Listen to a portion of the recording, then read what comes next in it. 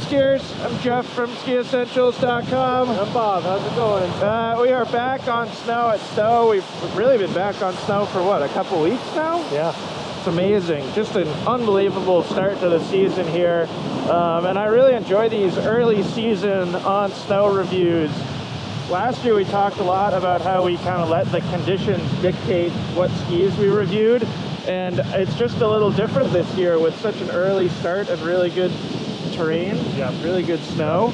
And Bob, you've been spending a bunch of time on the Black Rose Camox. Almost exclusively. Yeah.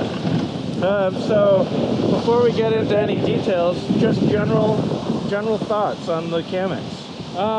You know, we talk a lot about these mid to upper 90s twin tips. So whether it's Black Ops 98, Unleashed 98, even QST 98, like Camox fits right in there with them in terms of being a super well-rounded, really engaging and really fun kind of all-mountain twin tip. Yeah. It just has a lot of different capabilities and high points.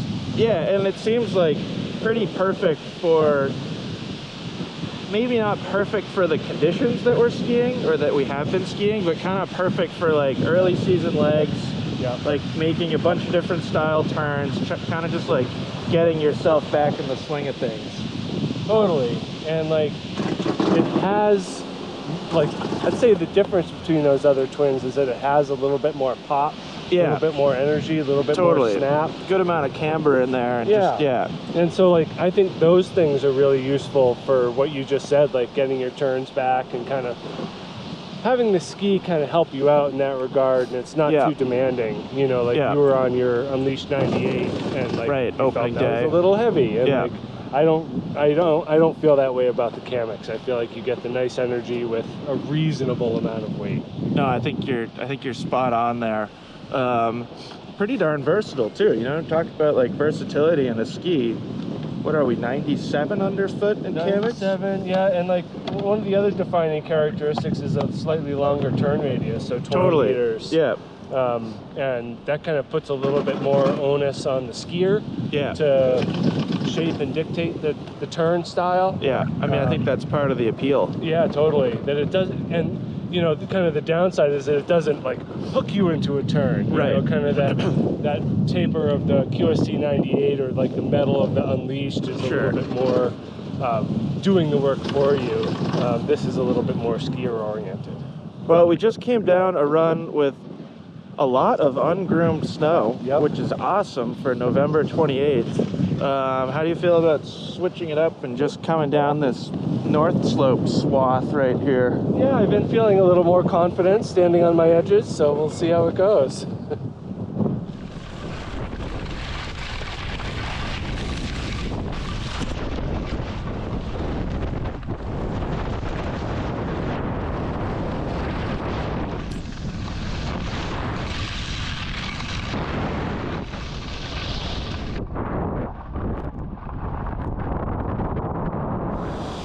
All right, so I would call that a success as the viewer.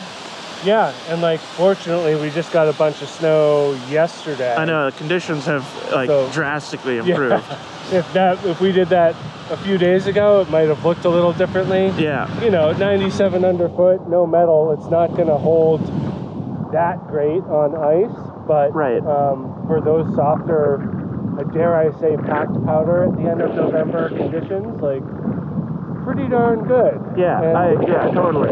It's really helpful having that extra width under there when you're, you know, when you're kind of rolling on edge and you know, trying to make those clean carved turns. Well, it's kind of interesting too, because we had this conversation like maybe a week ago when the conditions were very much early season conditions, and they were firm, but they were like bumpy.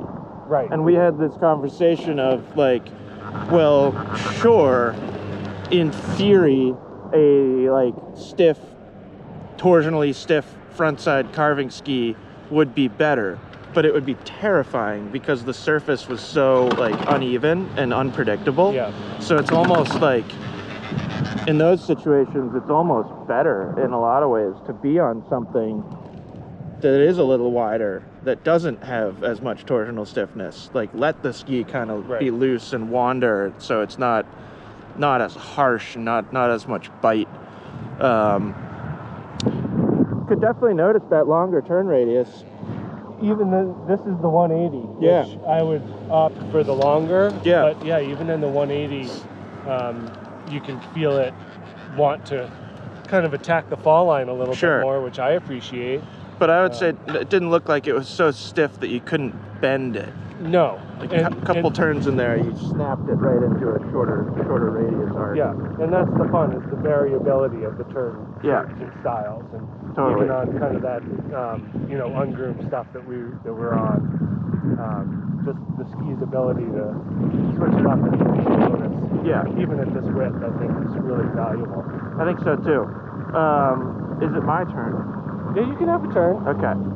So we'll go switch skis, and then I'll take a run or two, and then we'll just kind of share some final Camox thoughts. Perfect. What a well-rounded ski. Yep.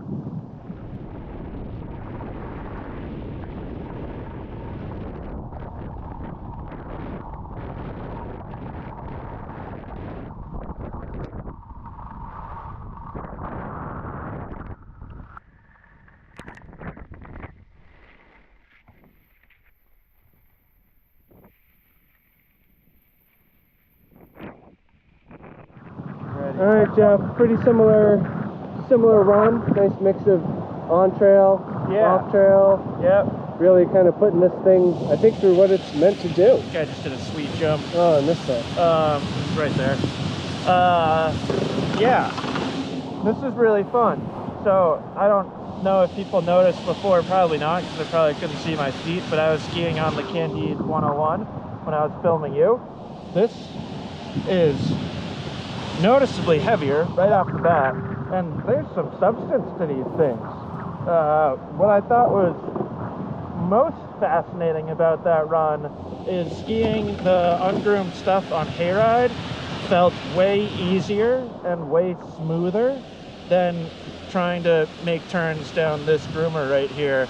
And I don't know exactly why that is. I think the long turn radius doesn't mesh as well with me. It's like harder to get it to bend. And then like I'm not really like physically comfortable just purely opening it up right now.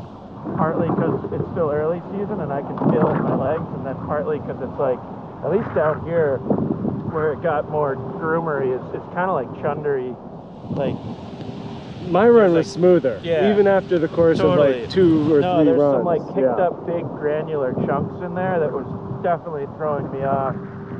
But no, I still feel that it's just like, it's just such a well-rounded twin tip, and I think it's better for a non-freestyle-y guy who just wants like a super do-it-all ski. Like you could, I don't care whether you're skiing here in Stowe or Alta or Mammoth or anything like that. Like I feel like you could truly buy the Camox and only ski the Camox and you'd be just fine.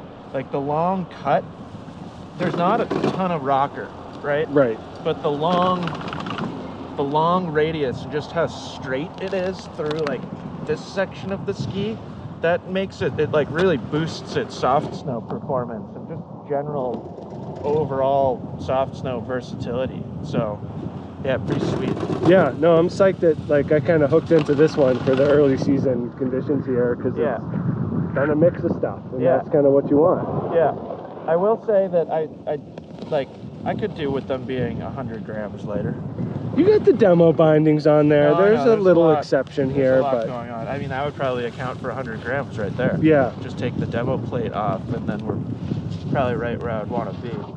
But I mean, they like if you did that, if you made the ski much lighter, it would lose some of its just strength. And like, you know, I'm not ready to go fast, but the ski doesn't care. Right. This thing would go 60 miles an hour down a groomer, and it would be just fine. It might not like hold an edge at 60 miles an hour, but the ski would, like, vibration gamut would be fine. We gotta get off. We gotta get off. What do we do? Do I get another run? Yeah, you can have another run.